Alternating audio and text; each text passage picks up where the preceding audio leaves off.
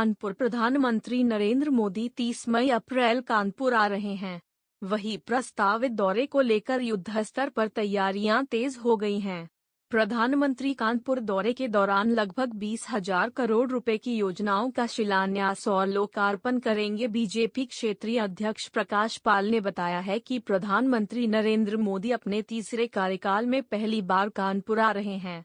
इस दौरान पीएम मोदी जिले की 3 बड़ी योजनाओं अंडरग्राउंड मेट्रो, सेंट्रल स्टेशन से Chunniganj station, Neyveli power plant और पनकी पावर हाउस का शुभारंभ करने के साथ लगभग 20,000 करोड़ की विभिन्न योजनाओं का शिलान्यास और लोकार्पण भी करेंगे। इस बार ऑपरेशन सिंदूर को जिस तरीके से भारतीय सेना ने अंजाम दिया है, उसको लेकर भी शहर में प्रधानमंत्री आगमन से पहले ऑपरेशन सिंदूर की होल्डिंग लगाई जाएगी। साथ ही जनसभा स्थल पर भी ऑपरेशन सिंदूर की झलक देखने को मिलेगी। उनके आगमन को लेकर हम लोग तैयारी में जुट गए हैं।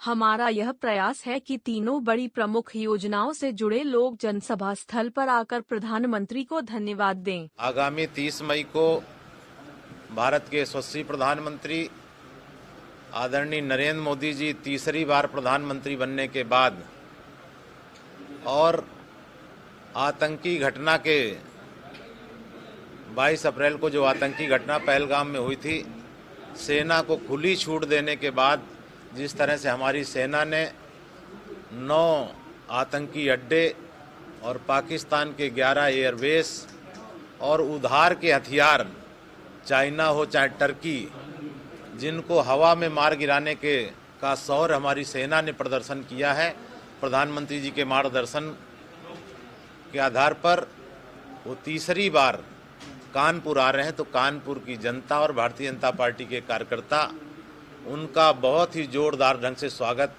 की तैयारियां हैं।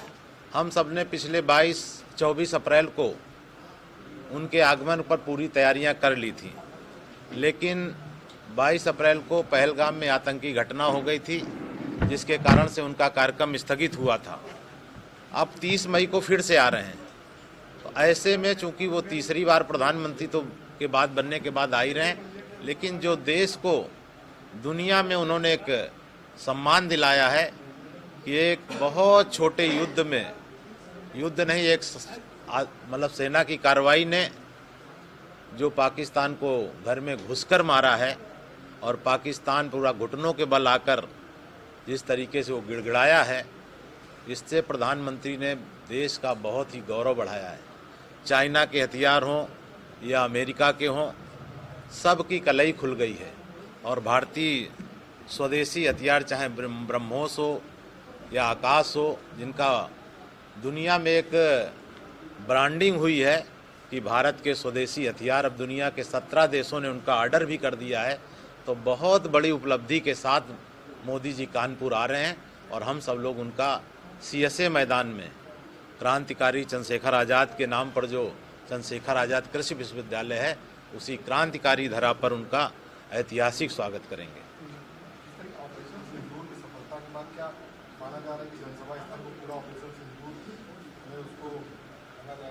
जी, पूरा सही आपने कह रहे हैं। पूरा कानपुर वासी उनके आगमन चकेरी से लेकर पूरे रास्ते में जो होर्डिंग लगेंगी, उसमें निश्चित रूप से हर होर्डिंग में ऑपरेशन सिंदूर की सफलता जरूर दिखाई पड़ेगी।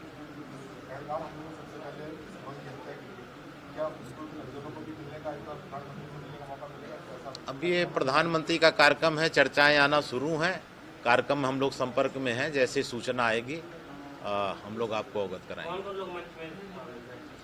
मंच पर हमारे उत्तर प्रदेश के मुख्यमंत्री, दोनों उप मुख्यमंत्री, प्रदेश अध्यक्ष और कानपुर में रहने वाले हमारे सांसद, विधायक, महापौर, एमएलसी, चूँकि ये सरकारी काम है, सारे निर्वाचित जनप्रतिनिधि कानपुर नगर देहात के रहेंगे।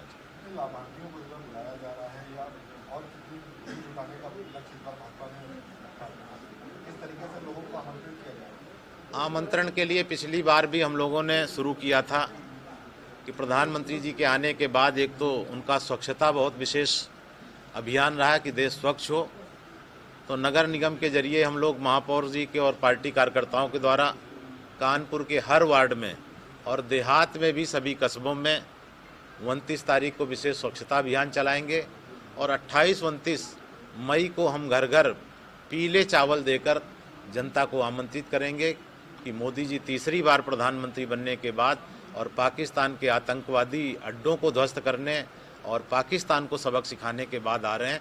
इसलिए कानपुर की जनता पूरे जोर शोर से उमड़ेगी।